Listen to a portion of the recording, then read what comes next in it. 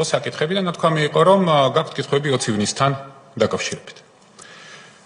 მინდა თქვენი ყურადღება გავამახვილო იმაზე, რომ 20 ივნისთან დაკავშირებით გამოძიება დაიწყო მე-3 თუ მე-4 დღეს და მას შემდეგ გავიდა 6 წელი.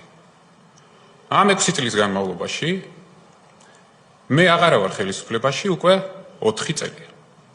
შესაბამისად, ყველანაირი ინფორმაციაც, დროც, შესაძლებლობაც არსებობდა იმისთვის, რომ ეს გამოძიება დროულად დასრულებულიყო.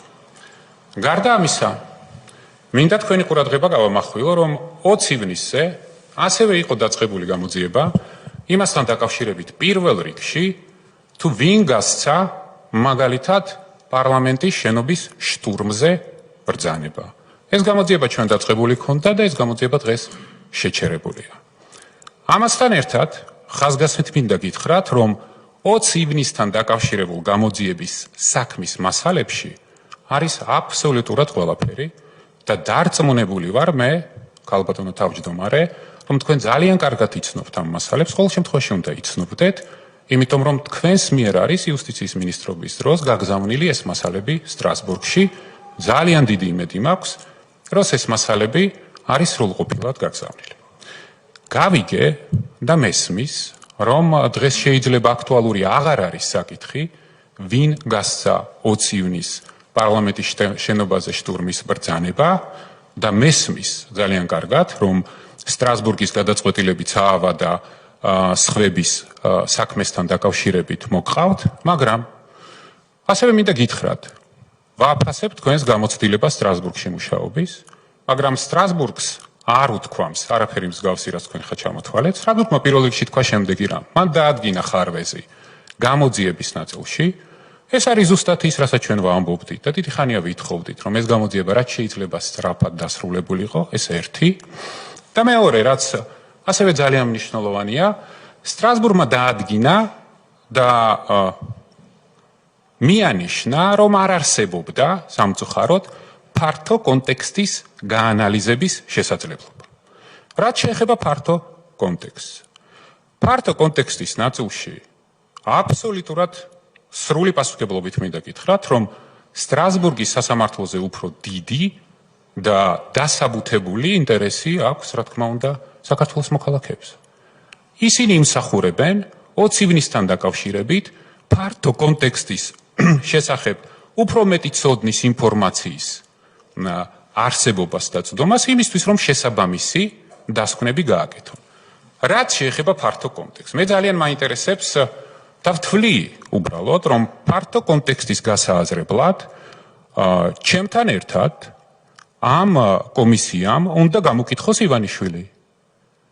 ფართო კონტექსტის გასააზრებლად ჩემთან ერთად ამ კომისიამ უნდა გამოკითხოს გავრილოვის ჩამომყვანი, მისი მასპინძელი, ადამიანი, რომელმაც აიღო ყველა სახის გარანტია და პასუხისმგებლობა თავის თავზე, რომ გავრილოვის ჩამოყვანის შედეგად შექმნილი რისკები არ იქნებოდა დამაზიანებელი და იქნებოდა მართვადი და ამის შემდგომ დაჯდა და გაიპარა. მე ვთვლი, რომ უნდა გამოკითხოთ გენერალური პროკურორი, რომელიც ამდენი ხანი იძიებდა ამ საქმეს და სტრასბურგმა სულ ამაზე მიანიშნა, რომ გამოძიება არის გახანგრძლივებული. მე ვთვლი, რომ უნდა გამოკითხოთ აუცილებლად სუსის ხელმძღვანელი, რომელსაც წინასწარ უნდა გადაეზღვია ეს რისკები, რაც მისი პირდაპირი ვალდებულებაა და ინფორმაცია მიეწოდებინა სხვადასხვა უწყებებისთვის. მე არ ვიცი თქვენ ამას გააკეთებთ თუ არა, მაგრამ თქვენ თუ ამას არ გააკეთებთ, მაშინ ეს კომისია იქნება ნახევარი სიმართლის კომისია, შესაბამისად ტყუილი სიმართლე. ეხლა რაც შეეხება 20 ივნისის კონტექსტს, სრული პასუხისმგებლობით ვაცხადებ, რომ 20 ივნისს მე ამ შენობაში ვიცავდი სახელმწიფოს, არა პარტიას, არა ხელისუფლებას, არა ცალკეულ აღებულ ადამიანებს, არამედ ვიცავდი სახელმწიფოს. მაშინ აბსოლუტურად გულწრფელად გეუბნებით და პასუხს ვაგებ თითოეულ სიტყვაზე, რომელსაც ვამბობ.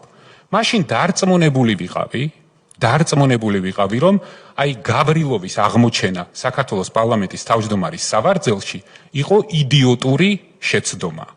მაგრამ დღეს უკვე ასე აღარ ვფიქრობ. დაგიხსნით რატომ?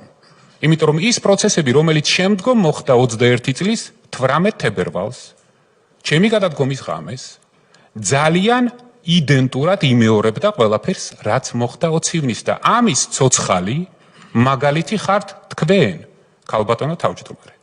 გაგახსენებთ და მეც სულ ახლახანს გამახსენდა, რომ სწორედ იმ ღამეს თქვენ როგორც სხვა ბევრი, როდესაც ინფორმაციას გაწვდიდით და საქმის კურსში გაყენებით მიმდინარე ოპერატიულ მდგომარეობაზე, როგორც პოლიცსაბჭოს, ასევე მთავრობას, თქვენ უმრავლესობა ემხრობოდით იმ პოზიციას, რომ იმ ფორმით და იმ ღამეს მელიას დაკავება იქნებოდა შეცდომა. ზუსტად მახსოვს თქვენი სიტყვები, რომ თქვენ როგორც ყოფილი იუსტიციის მინისტრი ნაცების ოფისს მიანიჭებდით პენიტენციური დაწესებულების ნომერს და თვლიდით, რომ ეს იქნებოდა დიდი შეცდომა. თუმცა მაშინაც 18 თებერვალს 21 წლის უჩინარი კაცი, როგორც ჩანს, ჩაერთო პროცესების მართვის პროცესში და თქვენ ყველას შეგაცვლევინათ აზრი და ზუსტად 1 საათში თითოეული თქვენგანი ყველა გაქრა. მე დღეს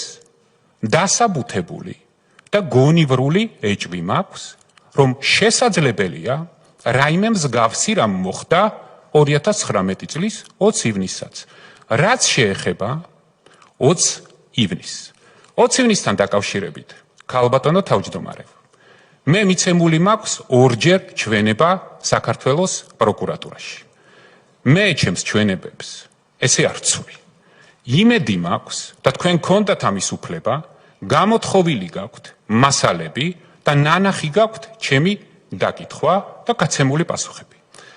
დღეს აქ და იმედი მაქვს, რომ ამ სხდომისთვის მოემზადეთ. რაც შეეხება დღევანდელ დღეს, გულწრფელად გეუბნებით, ქალბატონო თეა. მე დღეს აქ მოსვლას არ ვაპირებდი. აგიხსნით რატომ? უბრალოდ ამ კომისიის მანდატი და კონტექსტი არ მესმის. იმიტომ რომ ფაქტია, რომ თქვენ თუ ვინგასცა ბრძანება პარლამენტის შტურმის შესახებ არ გაინტერესებთ და სხვა საქმეებშიც, რასაც მე კომისიის მუშაობას თვალს ვუყურებ, ვადევნებ, მთავარ ფიგურანტებს, ნაცების წარმომადგენლებს უბრალოდ არ ეძახით, თქვენ არ აპირებთ ნაცების გასამართლებას, ანაკრძალვას. მე არ ვიცი თქვენ რას აპირებთ. ამიტომ მე ამის კონტექსტს ვერ ხედავდი. ეხლა რაც შეეხება, რას ვხედავ მე ამ კომისიაში? მე ხო ჩემი აზრის გამოთქმის უფლება მაქვს, ხო? მე ვხედავ, რომ თქვენ ამ კომისიას იყენებთ ჰიბრიდული ომისთვის, საინფორმაციო და ფსიქოლოგიური ზეწოლისთვის საქართველოს მოქალაქეებზე და ზუსტად მსგავსი რამ მოხდა ისეთი სიმბოლური გმირის, როგორიც არის ანწუხელიძის გმირობის გაუფასურების კონტექსტში. მაშინ გულწრფელად ვამბობ, არ ვამატებ არც ერთ სიტყვას. მაშინ ჩავთვალე, რომ მე ვარ ვალდებული მოვიდე აქ. ეს არ ნიშნავს იმას, რომ მე ამ კომისიას ვაღიარებ. მე რომ ამ კომისიას ვაღიარებდე, ჩვენ აქ ორი ადგილი გვაქვს და ჩვენი წარმომადგენლები იქნებოდნენ აქ, მაგრამ მე ვაღიარებ იმას, რომ ამ კომისიის ჰიბრიდული ზემოქმედების ძალა საქართველოს მოქალაქეებზე სამწუხაროდ მუშაობს და მე უნდა გავაკეთო ყველაფერი. სადაც შემიძლია